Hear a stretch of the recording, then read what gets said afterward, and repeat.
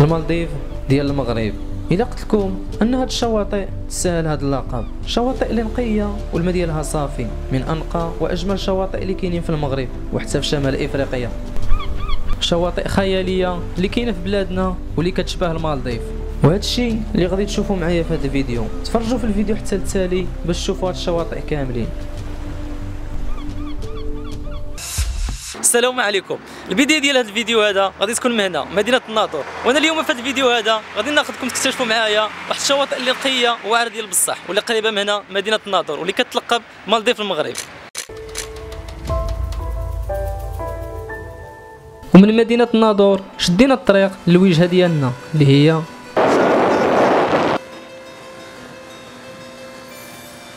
ومن بعد 40 دقيقه ديال الطريق بالموتور من الناظور لهنا وصلت الوجهه ديالي الاولى اللي هي شاطئ تشارانا.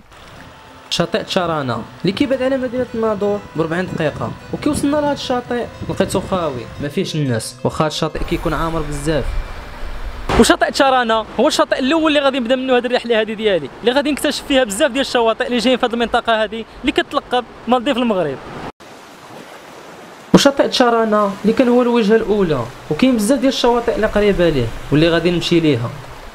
وشوفوا على منظر ديال غروب الشمس هنايا شاطئ تشارانا، واحد المنظر خيالي ما شاء الله. شوف الشمس كتغرب مع الصوت ديال الامواج، داكشي مخلط.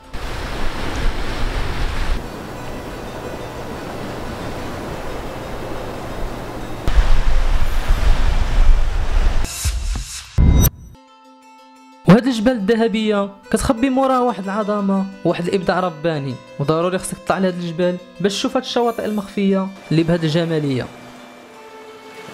حيت هاد الشواطئ اللي كتكون نقيه كتلقاها معزوله ومخبعه ما بين الجبال، داكشي علاش خصك تصبر وتمشي شويه على رجليك باش تشوف هاد النقاوه وهاد الجماليه. ودابا وصلت لهاد الشاطئ هذا الثاني بعد ما كنت في تشارانا، ضربت شي 30 دقيقه على رجلي باش وصلت لهاد الشاطئ هذا اللي كيتسمى شاطئ الرمال الذهبيه او شاطئ تشارانا رقم 2.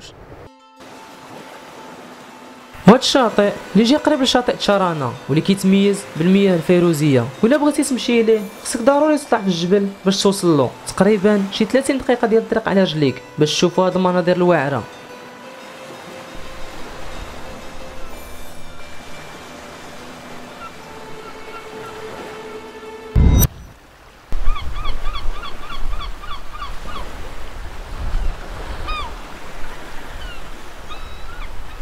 وإلا زدتو تعمقتو على رجليكم وزدتو بعدتو على شاطئ تشارانا غادي تلقاو شواطئ خياليه اللي غادي يخليكم مبهورين بالجماليه ديالهم. وشوفوا هذا البحر هذا اللي وصلت له دابا، شوفوا ما شاء الله الماء ديالو كيلمع. هذا البحر هذا جاي مخبع، جاي ما بين تشارانا 1 و تشارانا 2، تهبطوا له من الفوق من الجبل. البحور الواعرين ديما كيكونوا مخبعين. شوف على الجماليه كي دايره. شوف وكاع الشواطئ اللي كيكونوا واعرين ونقيين خصك ضروري تضرب تماره وتضرب الطريق على رجليك باش توصل ليهم. بحال هذا الشاطئ اللي دابا انا فيه، شاطئ جاي مخفي ما بين 2 جبال، غير جبل دايرين به. وبحر ما شاء الله اللي نقي والماء ديالو صافي، وفيه حتى هاد الكهوف هادو اللي كيخرج منهم الماء، ويستاهل انك تضرب عليه الطريق باش تجي تشوف هاد الجماليه هادي.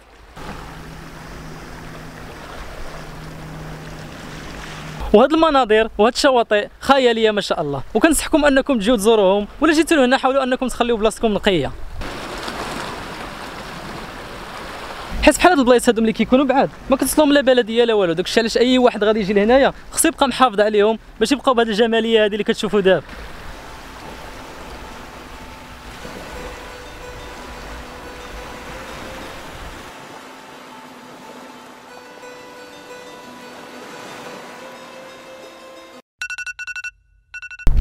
صباح الخير، مرحبا بكم نهار جديد. من بعد ما كنت في تشارانا وصورت لكم تشارانا وداك البحور اللي دايرين بها، جيت البارح لهاد القريه هذه اللي فوق الجبل اللي كتشوفوا، بت فيها الليله بلاطون ديالي باش نجي نصور لكم في هذا البحر هذا اللي سميتو كارابلانكا اللي قريب من مدينه مليليه.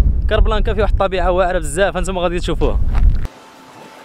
كارابلانكا بالاسبانيه وكتعني الوجه الابيض، هاد الحجر اللي في هاد الشاطئ اللون ديالهم بيض، داكشي علاش سماوه بهذا الاسم.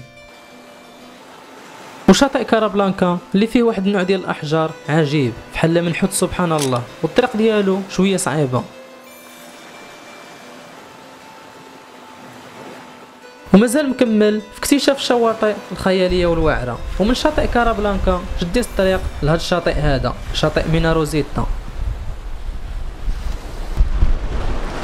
ودابا وصلت لهاد الشاطئ هذا اللي سميتو شاطئ مينا روزيتا، اللي الاسم ديالو حتى هو بالاسبانيه بحال كارابلانكا اللي كنت فيها.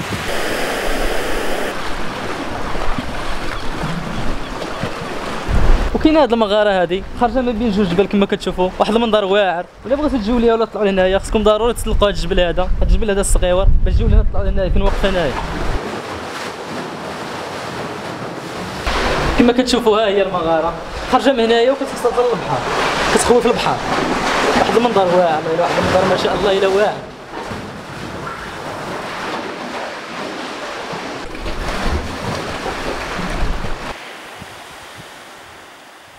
علاش قلت لكم المالديف ديال المغرب؟ شوفوا الجماليه، شوفوا الماء كيفاش داير. حتى الشاطئ هذا سميتو مينا روزيتا، جاي من لهيه حتى لهنايا، هذا كامل سميتو مينا روزيتا.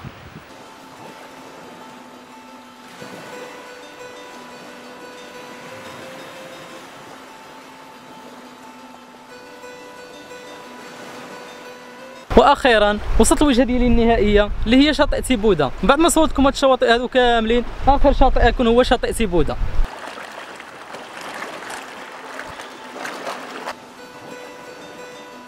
شاطئ تيبودا جنة مخفية بمعنى الكلمة، اللي كيعجز اللسان عن الوصف ديالو، وكيبعد على مدينة الناظور ب 60 كيلومتر، والطريق باش توصل له سهلة. وهو آخر شاطئ اللي غادي نختم به هذا الفيديو. هاد الشاطئ هذا كيشبه شاطئ كارابلانكا، حتى هو هاد الحجر وهاد الجبل اللي دايرين به اللون ديالهم بيض. شوف على منظر، شوف.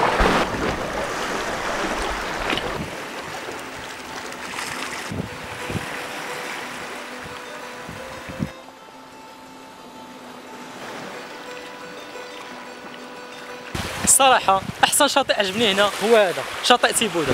شوفوا الماء ديالو كيفاش داير، شوف باش قلت لكم المالديف ديال المغرب. شوف، وفحال هاد الشواطئ خص يكون واحد الاهتمام ويكونوا تجهيزات باش يوليو وجهه سياحيه، لان هاد الشواطئ من احسن الشواطئ اللي كاينين في المغرب ويستحقوا انك تمشي ليهم، واهم حاجه هي خصنا نحافظوا عليهم. وهاد الشواطئ اللي شفتو ولات كتلقى اقبال كبير في الصيف، واخا جايين بعدين شي شويه على المدينه، واللي كيخلي الناس انهم يجيو ليها هي الطبيعه ديالهم وهاد الماء ديالهم اللي صافي ما شاء الله، وحتى الناس ولاو كيبغيو يكتشفوا مناطق جديده.